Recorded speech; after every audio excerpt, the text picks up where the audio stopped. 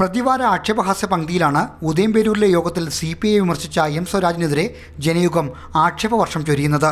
നല്ല കുടുംബത്തിൽ അസുരവിത്തും പിറക്കുമല്ലോ എന്ന് സമാധാനിക്കാൻ ഒക്കുമോ? തൻ്റെ കമ്മ്യൂണിസത്തെക്കുറിച്ച് ഈ അസുരവിത്ത് ഗാഗ വിളിക്കുമ്പോൾ കുങ്കുമത്തിൻ്റെ ഗന്ധമറിയാത്ത ഗർദഭമെന്ന് പറഞ്ഞാൽ തലയിൽ ആൾതാമസമില്ലാത്ത ഒരാളിനെ കൂട്ടിന് കിട്ടിയല്ലോ എന്ന് കഴുത അഭിമാനിക്കുമെന്നാണ് ലേഖനത്തിലെ പരിഹാസം. ഇയാൾ ജനിക്കുന്നതിന് തൊട്ടു മുമ്പാണ് CPI നേതാവ് PKV കേരളത്തിൻ്റെ മുഖ്യമന്ത്രിയായത്. അതിനുശേഷമുള്ള ചരിത്രം പോലും അറിയാത്ത ഈ കമ്മ്യൂണിസ്റ്റ് ഗർദഭത്തിന് 40-ാം പക്കത്തും ബുദ്ധിമുളച്ചില്ലെങ്കിൽ ആ തലയിൽ തക്കാളി കൃഷി നടത്തുന്നതാകും നല്ലതെന്നും ലേഖനം ആക്ഷേപിക്കുന്നു.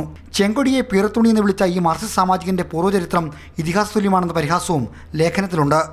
ഈ വ്യാജ മാർക്സിസ്റ്റിൻ്റെ പിതാവ് മുട്ടിലിടിഞ്ഞ് പാമ്പിനെ പിടിക്കാനോടുന്ന കാലത്ത് CPI വിട്ട് CPM രൂപീകരിച്ച ഒരാളാണ് VS അച്യുതാനന്ദൻ. ആ VSനെ ക്യാപിറ്റൽ പണിഷ്മെന്റ് നടത്തണമെന്ന് സംസ്ഥാന സമ്മേളനത്തിൽ ആവശ്യപ്പെട്ട കപ്പലണ്ടി കമ്മ്യൂണിസ്റ്റാണ് CPI കൊടിയെ പീറത്തുണി എന്ന് വിളിച്ചത്. മാർക്സിസ്റ്റ് പ്രസ്ഥാനത്തിൽ നുഴഞ്ഞു കയറി ശോഭകേടുണ്ടാക്കുന്ന ഈ കള്ളനാണയങ്ങളെ ബന്ധപ്പെട്ട നേതൃത്വം തിരിച്ചറിയണമെന്നാണ് ലേഖനത്തിലെ ആവശ്യം. പ്രസ്ഥാനത്തിലെ ചാരസന്തതികളെയും ജാരസന്തതികളെയും കണ്ടെത്തി തൂത്തെറിഞ്ഞില്ലെങ്കിൽ അത് മഹാദുരന്തമാകുമെന്ന് പറഞ്ഞുകൊണ്ടാണ് ജനയുഗത്തിൻ്റെ വിമർശനം അവസാനിക്കുന്നത്. മാതൃഭൂമി ന്യൂസ്, തിരുവനന്തപുരം.